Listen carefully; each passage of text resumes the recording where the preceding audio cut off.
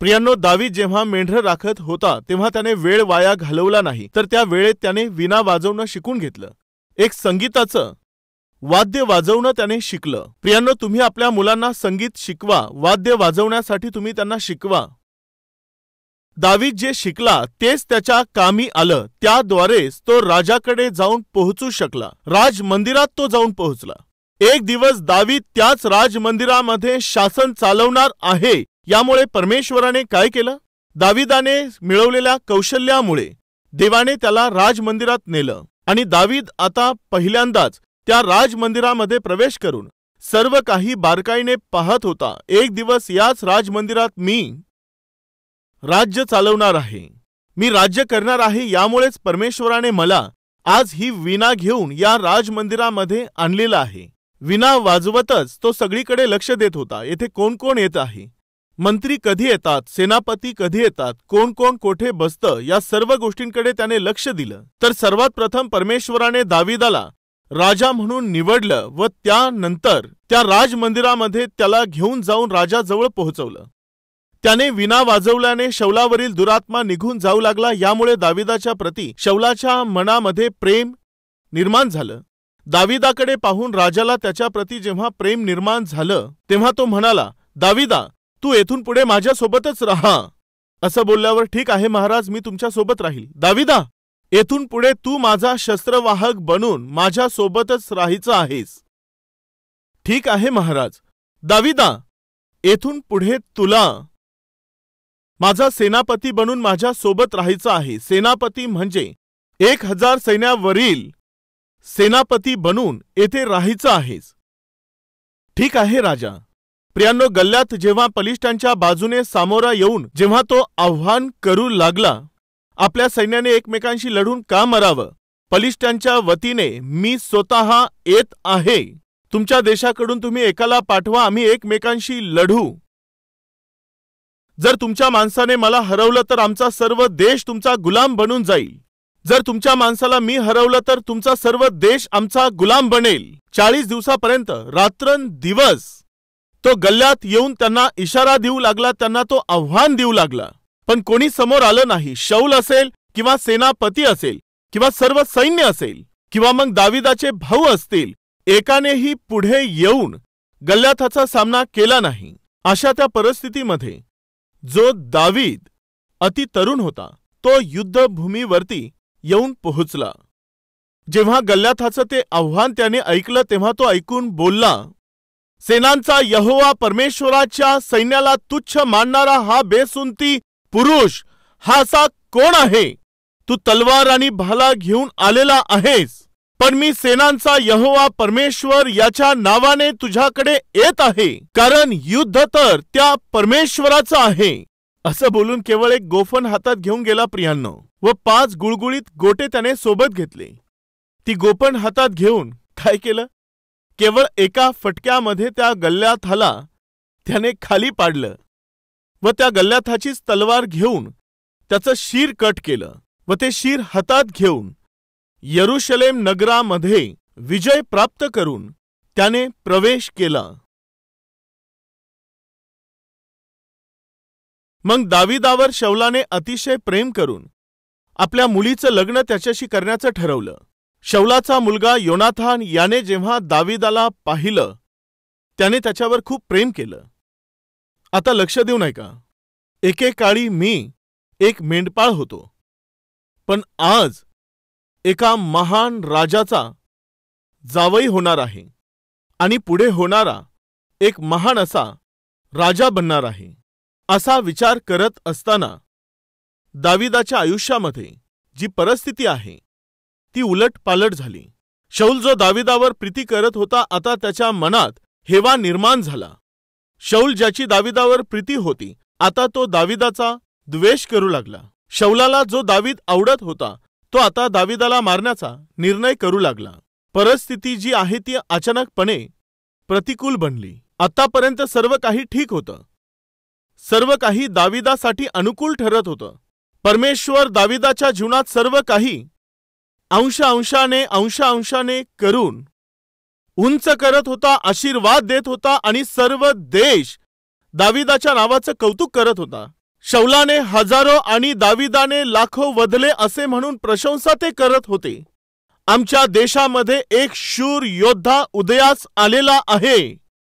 जर आमच्या देशाच्या विरुद्ध कोणी शत्रू उभा राहिला तर त्याचा सामना करून त्या शत्रूचा नाश करून आमच्या देशाचं रक्षण करणारा एक युद्धवीर पुढे आलेला आहे. तो कोण आहे? तो दावीद आहे. जेथे पहा तेथे दाविदाच्या नावाची चर्चा चाललेली होती. अशा त्या वेळेमध्ये द्वेष व ईर्षेने भरलेला तो शौल राजा तो दाविदाला मारण्याचा प्रयत्न करू लागला. आता काय झालं? दाविदावरती प्रेम करणारा शौल आता तो त्याचा शत्रू बनला. मुलीचं लग्न दाविदाशी लावून देणार होता, पण त्याने तिचं लग्न दुसऱ्या कोणाशी लावून दिलं. तेव्हा आपला जीव मुठीमध्ये घेऊन दावीद जेव्हा तेथून पळून जाऊन त्या जंगलामध्ये भटकू लागला. जेव्हा तो जंगलामध्ये पळून गेला तेव्हा शौल आणि शौलाचं सर्व सैन्य त्याच्या पाठोपाठ त्याचा पाठलाग करू लागलं. तेव्हा दाविदाला आपला जीव वाचवत पळत राहावं लागलं. दावीद राजापासून दूर झाला. राज्यापासून देखील तो दूर झाला व पत्नीला देखील त्याने गमावलं. आपला प्रिय मित्र योनाथान याला देखील न भेटण्याची परिस्थिती आली. एक वेळचं जेवण मिळणं अवघड झालं. त्याची पत्नी दूर झाली. नोकरी देखील निघून गेली. प्रिय असणारा मित्र योनाथान याला भेटणं देखील अवघड झालं. माझं जीवन जे आहे ते स्थिर होतं, पण आज असं अस्थिर बनलेलं आहे. सर्व काही चांगलं आहे, माझं जीवन चांगल्या प्रकारे वर जात आहे असा विचार करत असताना ते पूर्णपणे नष्ट झालं. आज आमच्यामध्ये असे कोणी आहेत का? पास्टर साहेब, माझ्या आयुष्यामध्ये काही दिवसांपूर्वी सर्व काही चांगलं चाललं होतं. सर्व सकारात्मक होतं. मला नोकरी नव्हती, पण नंतर मला चांगली नोकरी मिळाली. मी एकटा होतो. परमेश्वराने मला चांगली पत्नी दिली किंवा पती दिले. आम्ही एक घर विकत घेऊ शकलो, कार खरेदी करू शकलो, पण माहिती नाही आज काय झालं. अचानकच एक एक करून सर्व काही विकून टाकावं लागलं आहे. सर्वात प्रथम आम्ही सोनं गहाण ठेवलं, त्यानंतर आम्हाला कार विकावी लागली, त्यानंतर आमचं घर विकून टाकावं लागलं. मुलांना आम्ही चांगल्या स्कूलमध्ये ॲडमिशन घेऊन दिलं, परंतु आज त्यांची फीस भरणं शक्य होत नाहीये. साधं एक वेळचं अन्न देखील घरात मिळणं अवघड झालं आहे. आम्ही त्रस्त झालो आहोत. हे असं का घडलेलं आहे? हे असं नेमकं का घडत आहे? प्रिय भाऊ आणि बहिणींनो, दाविदाच्या आयुष्यामध्ये शौल सारख्या दुष्ट राजामुळे त्याला आपलं सर्व काही गमवावं लागलं. मग तुमच्या आयुष्यामध्ये कोणत्या दुष्ट व्यक्तीमुळे, कोणत्या चुकीच्या निर्णयामुळे किंवा कोणत्या पापांमुळे, कोणत्या गैरकृत्यांमुळे आज तुमच्या जीवनात जे काही होतं ते एकापाठोपाठ एक गमवावं लागलं आणि आज या दुर्भाग्यपूर्ण स्थितीमध्ये तुम्ही कसे पोहोचले माहीत नाही, पण त्या दिवशी दाविदाने आपलं सर्व गमावलं. जंगलामध्ये तो वनवन करत भटकत राहिला. जेव्हा असं दाविदाची परिस्थिती पूर्णपणे बिघडत चालली, तेव्हा त्याच्या लक्षात आलं, आता शौल मला जिवंत राहू देणार नाहीये. तो मला ठार करणार आहे. एक ना एक दिवस तो मला आता ठार करेल. तो माझा घात करेल. शौलाच्या हातांनी मरून जाण्यापेक्षा येथून पळून गेलेलं बरं राहील. पण कोठे जाऊ? कोणाकडे गेल्याने मी सुरक्षित राहू शकेल? असा त्याने विचार केला. विचार करण्यापेक्षा चांगलं झालं असतं जर त्याने प्रार्थना केली असती. त्याने असा विचार करण्यापेक्षा प्रार्थना केली असती तर बरं झालं असतं. आज आपल्यात कुणी आहेत का? पास्टर साहेब, माझी परिस्थिती चांगली नाहीये. माझं आरोग्य खराब होत चाललं आहे. कुटुंबाची परिस्थिती चांगली नाहीये. मला समजून घेणारी जी पत्नी होती ती माझ्याबद्दल गैरसमज करत आहे. माझे पती जे माझ्यावर प्रेम करत होते आज माहिती नाही प्रत्येक गोष्टींवर रागवत आहेत. आमच्याकरिता आपला प्राण देण्यासाठी तयार असणारे मुलं आमच्याबद्दल गैरसमज करत आहेत. काम करण्याच्या जागी माझं चांगलं नाव होतं, पण माहिती नाही त्यांनी मला कामावरून काढून टाकलं. अनेकांची मदत करेल एवढं परमेश्वराने मला उंच केलं, पण आज माझ्या आयुष्यात भीक मागण्याची वेळ माझ्यावर आली आहे. का माझ्या आयुष्यामध्ये, माझ्या जीवनामध्ये जेव्हा सर्व काही चांगलं होतं, पण आज सर्व काही गमावण्याची वेळ आली आहे. माझ्या डोळ्यांसमोर सर्व चाललं आहे. माझ्यावर प्रेम करणारे जे लोक होते ते आज माझे शत्रू बनले आहेत. ज्यांची मी मदत केली ते सर्व लोक माझ्यापासून दूर झाले आहेत व आज मी एक वेळचं अन्न मिळत नाही अशा परिस्थितीत पडलो आहे. का माझ्यासोबत असं सर्व घडत आहे? असं न समजण्याच्या परिस्थितीतून जाताना तुम्ही काय केलं पाहिजे माहीत आहे? तुमच्या मनात जे येईल ते करणं योग्य नाहीये, मला असं मनात वाटत आहे. काय करण्याचं मन होत आहे? आत्महत्या करू वाटत आहे. अनेकदा तुमचं मन हेच सांगतं ना. आपलं मन वेगवेगळ्या प्रकारे आपल्याशी बोलू लागत असतं आणि अनेकदा देवाच्या इच्छेच्या विरोधात बोलत असतं व देवाविरुद्ध बोलू लागतं. त्या दिवशी दाविदाचं मन दाविदाच्या विरुद्ध बोललं, दाविदा, तू जगू शकणार नाही. तो शौल तुला मारून टाकणार. तुझ्या आयुष्याचा अचानक घात होणार. परंतु त्याच वेळेला परमेश्वराने काय म्हटलं होतं? शमूएला, तू इशायाच्या घरी जा व इशायाच्या घरी जाऊन त्याच्या मुलांपैकी एकाला राजा म्हणून तू अभिषेक कर, कारण मी त्याला या देशावर राज्य करणारा राजा म्हणून उभं करणार आहे. असं कोणी पाठवलं होतं? देवाने पाठवून दिलेलं होतं. यामुळे दाविदाला त्या देशावर राज्य करणारा राजा बनायचंच होतं. जर तुम्ही बारकाईने पाहिलं तर 23व्या अध्यायातील 17व्या वचनामध्ये योनाथान अशा प्रकारे बोलला, दाविदा, भिवू नकोस. माझे वडील तुला काही करू शकणार नाही. तू या देशाचा राजा बनणार आहेस. कोण बोललं? योनाथान बोलला होता. 24व्या अध्यायाच्या 20व्या वचनामध्ये स्वतः शौल बोलला, दाविदा, माझ्या मुला, तू या देशावरती राजा बनणार आहेस. हे शौल बोलला होता. व तुम्ही पाहता, मला हे पक्क ठाऊक आहे की तू निश्चय राजा बनणार आहेस व इस्रायलाचं राज्य तुझ्या हाती येणार आहे. हे शौल बोलला होता. मारण्याकरिता पाठलाग करणाऱ्या शौलानेच म्हटलं होतं, दाविदा, माझ्या मुला, हा देश तुझ्या हातात येणार आहे व तू निश्चय या देशाचा राजा बनणार आहे. व तसंच अबिगैल, जिच्याशी दाविदाने नंतर लग्न केलं, 30व्या अध्यायामध्ये आपल्याला पाहायला मिळतं. तिथे अबिगैल म्हणाली, स्वामी, या देशाचे तुम्ही राजे होणार. परमेश्वर या देशाला तुमच्या हातात देणार आहे. तुम्ही येथील राजे बनणार. अबिगैल म्हणाली, तू राजा होणार आहेस. शौल बोलला, तू राजा होणार आहे. योनाथान म्हणाला, तू राजा होणार आहेस. व शमूएलाने सांगितलं की या देशावरती तुला देवाने राजा म्हणून निवडलं आहे. मग एवढे अभिवचनं आणि इतके सर्व प्रॉमिसेस होते तरी दाविदाने एके दिवशी काय केलं माहीत आहे? दावीद तो अतिशय चांगला मनुष्य होता, पण एक दिवस एक चुकीचा निर्णय त्याने घेतला. कोणता माहीत आहे? दाविदाने कोणत्या देशाशी युद्ध केलं होतं सांगा? पलिष्ठांच्या देशावरती. कोणत्या देशापासून त्याने आपल्या देशाचं संरक्षण केलं सांगा? पलिष्ठांच्या देशापासून आपल्या देशाचं रक्षण केलं. त्या पलिष्ठांच्या 5 सरदारांपैकी तो जो गल्ल्यात होता तो एक होता. त्या पलिष्ठांच्या 5 सरदारांपैकी एक सरदार असणाऱ्या गल्ल्याथाला मारून त्याने आपल्या देशाला वाचवलं. पण आता काय करावं समजत नव्हतं तेव्हा, कसं जगावं कळत नव्हतं तेव्हा देवाकडे जाऊन त्याने प्रार्थना देखील केली नाही व त्याने एक निर्णय घेतला. प्रियांनो, कोणता माहीत आहे? मी येथून जाऊन कोठेतरी एक नोकरी करेल. कोठे? या देशामध्ये मला शांती नाहीये, मी सुरक्षित नाहीये. यामुळे मी त्या पलिष्ठांच्या देशामध्ये जाईल. कोणत्या देशात? हॅलो, कोणत्या देशात? ज्या देशात परमेश्वराचे शत्रू राहतात त्या पलिष्ठांच्या देशात जाईल असं बोलत आहे. दाविदा, तू काय करणार आहेस? तिकडे जाऊन काम करेल. कोणतं काम करणार? मी राजाकडे जाईल आणि जाऊन मी राजाकडे राहून त्या राजाचा मी सेनापती बनून राहीन, किंवा सेनेचा अधिकारी मी बनेन, किंवा मी त्या राजासाठी राजाचा रक्षक बनून मी राहील. कोणत्या राजाचा? दावीद बोलत आहे, मी पलिष्ठांच्या राजाचा काय करणार? सिक्युरिटी गार्ड बनून राहणार. हा किती चुकीचा निर्णय आहे. दाविदाने उतावळी करून निर्णय घेतला व शेवटी पलिष्ठांचा जो राजा अखिश होता त्या राजाकडे तो गेला. मी तुझ्या वतीने युद्ध करत जाईल. ज्यांच्या विरुद्ध लढण्यास तू पाठवशील त्यांच्याशी लढण्यास मी जाईल.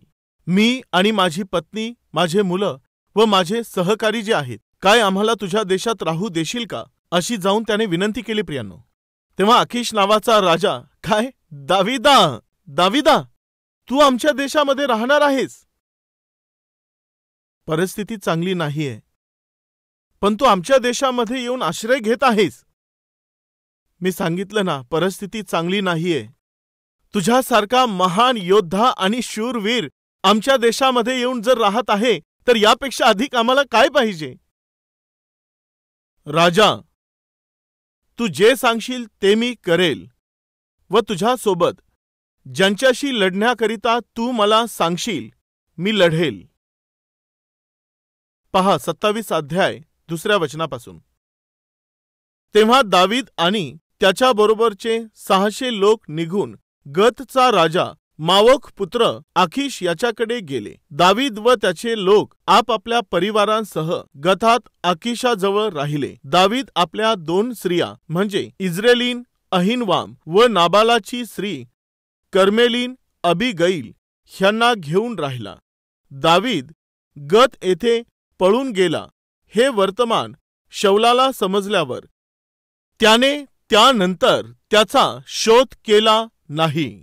प्रियांनो, जसंच दाविदाने आपलं ताट बदललं. कोणतं ताट? दावीद जो इस्रायलाच्या वतीने लढाया लढत होता तो दावीद आता शत्रूंच्या पक्षामध्ये जाऊन तो उभा राहिला.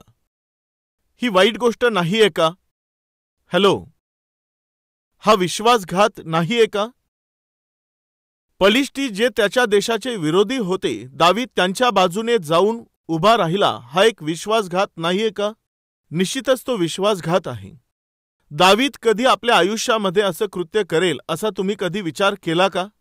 निश्चित तुम्ही आणि मी असा विचार करणार नाही, करू शकतही नाही. पण दाविदाने तसं केलं. शेवटी काय घडलं माहीत आहे. चला वाचूया. 28 अध्याय 1 वचनापासून. त्या काळी पलिष्टांनी इस्रायल लोकांशी लढण्यासाठी आपली सैन्य एकवटली. तेव्हा आखीश दाविदाला म्हणाला, ऐका, लढाई होणार आहे.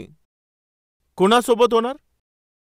आपलं आणि इस्रायल लोक यांच्यामध्ये युद्ध होणार आहे. आणि इस्रायलाच्या बाजूने आता कोण येणार आहे?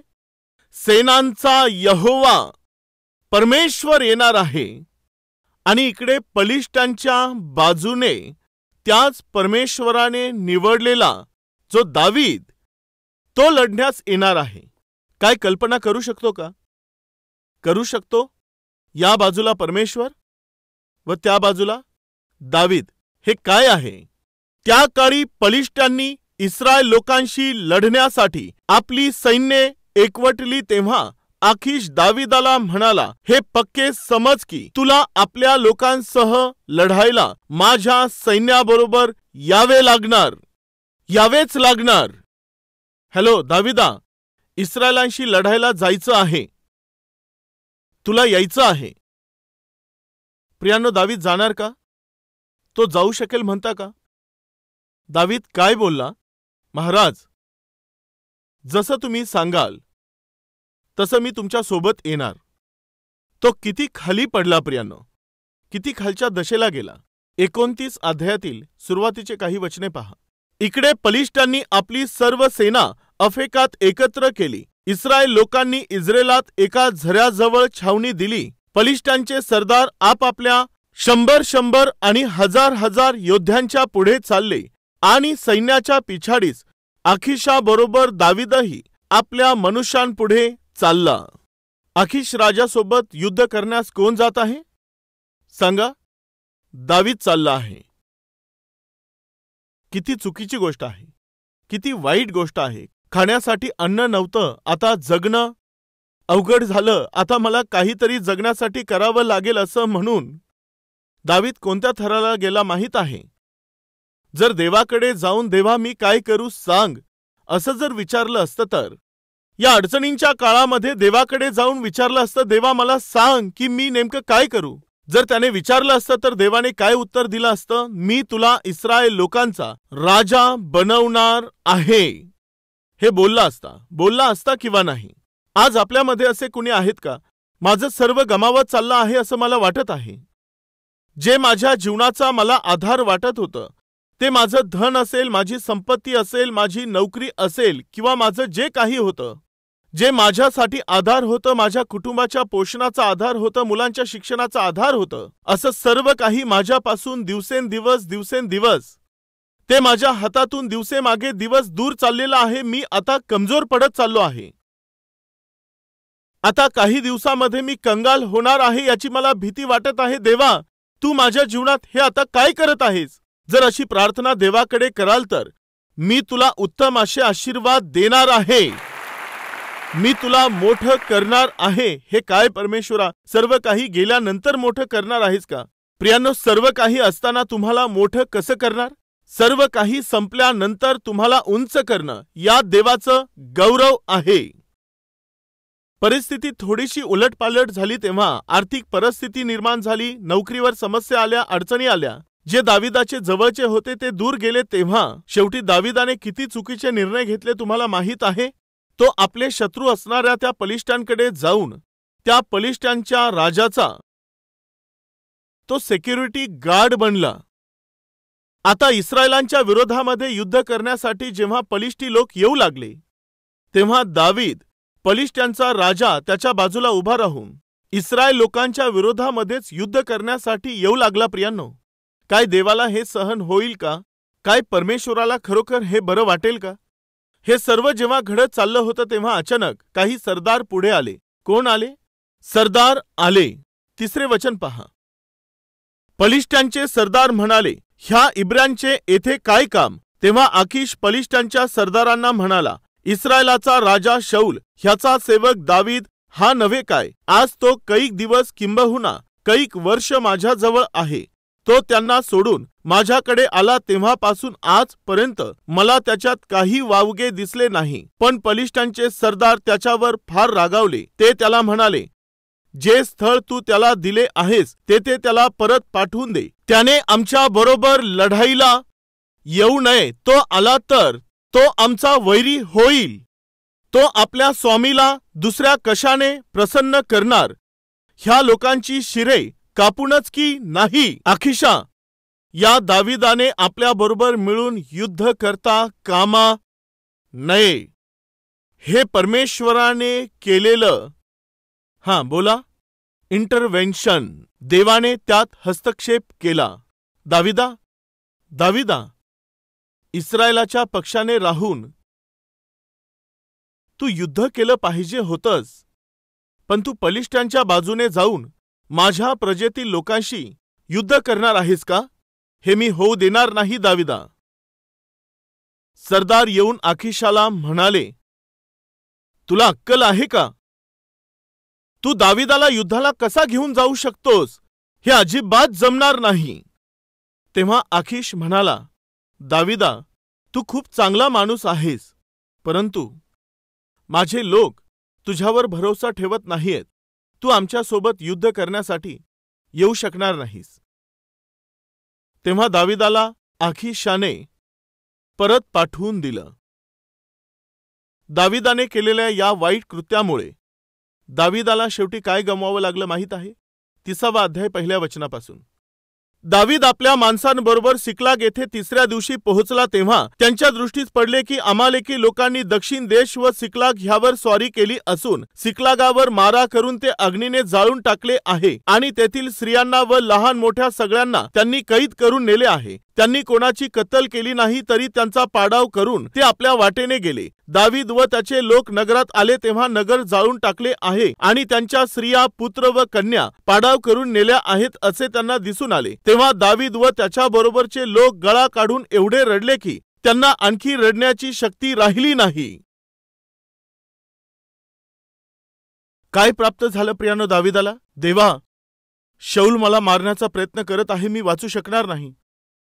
हा विचार करून पलिष्ठी लोकांमध्ये तिकडे जाऊन पलिष्ठांच्या आश्रयाला जाऊन तेथे जाऊन जगण्याचा जेव्हा दाविदाने विचार केला, उतावळीने निर्णय घेऊन पलिष्ठांच्या राजासोबत मिळून युद्ध करून जेव्हा तो घरी माघारी आला तेव्हा शत्रूंनी येऊन त्याच्या पत्नी, त्याचे मुलं, त्याचं सर्व काही कैद करून नेलं व सर्व काही जाळून टाकलं. आता दावीद हा एकटाच पडला. प्रिय भाऊ आणि बहिणींनो, परमेश्वराच्या इच्छेविरोधात निर्णय घेऊन देवाची इच्छा जाणून न घेता दुःख आले आहेत, संकट आले आहेत, आजार आलेले आहेत, आर्थिक अडचणी आल्या आहेत म्हणून उतावळी करून निर्णय घेतला तर शेवटी आपल्याला सर्व काही गमवावं लागेल. दाविदाला आपली पत्नी, आपले मुलं आपलं घर, सर्व काही हरवून बसावं लागलं. एक चांगला असणारा मनुष्य माहिती नाही का एवढ्या वाईट स्थितीमध्ये पडला. आज हा संदेश ऐकणाऱ्या भाऊ आणि बहिणींनो, आज तुम्ही आपल्या जीवनात ज्या दुःखांचा, संकटांचा, आजारांचा सामना करत आहात, त्यांनी तुम्हाला देवाच्या जवळ नेलं पाहिजे. पण त्यांनी तुम्हाला देवापासून दूर घेऊन जाऊ नये. असेल जर कदाचित आज तुमच्या समस्येमुळे तुम्ही देवापासून दूर जात असाल, तर मग ऐका, तुम्ही आणखी जास्त निस्सहाय्य बनून राहाल, आणखी जास्त कंगाल तुम्ही होणार, तुम्ही आणखी अधिक एकटे पडून राहाल. असा दिवस तुमच्या जीवनात येऊ नये. तर प्रियानो, बायबल सांगतं, संकटाच्या काळामध्ये तू मला हाक मार, म्हणजे मी तुला उत्तर देईन.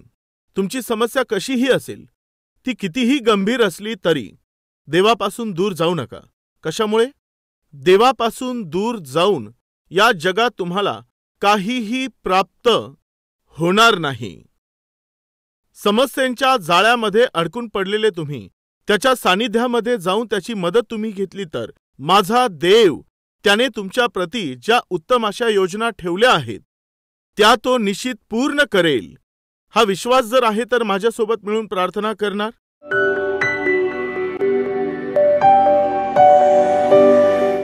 पवित्र परमेश्वर देव बापा, मनुष्य जेव्हा दुःख, संकट आणि अडचणीमधून चाललेला असतो तेव्हा सैतान कोणी कितीही आत्मिक व्यक्ती असला तरी त्याला कशा प्रकारे खाली पाडत असतो हे दाविदाच्या जीवनात आम्हाला दिसलं आहे. देवा परमेश्वरा बापा, आम्ही आमच्या आयुष्यामध्ये असं करू नये यासाठी आमचं सहाय्य कर.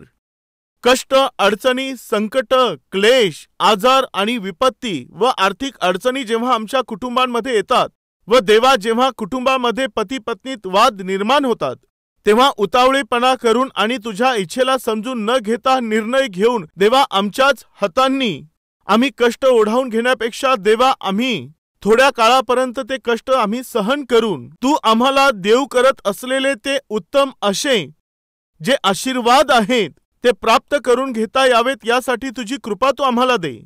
परमेश्वर देव बापा, दाविदाने त्या देशात जाऊन राहण्याचा प्रयत्न केला. त्याने आपल्या पत्नींना गमावलं, आपले मुलं त्याने गमावले, आपलं घर त्याने गमावलं, आपलं जे काही होतं ते सर्व काही त्याने गमावलं.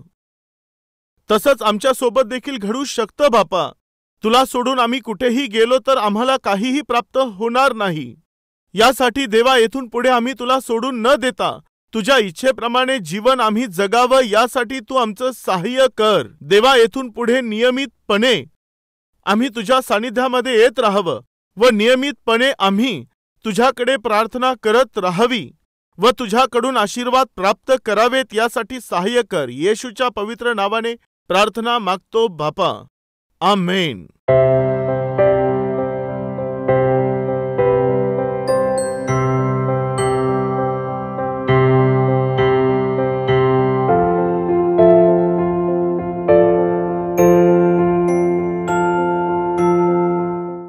आमचा पत्ता Calvary, post box number 30, Kukatpally, Hyderabad 72.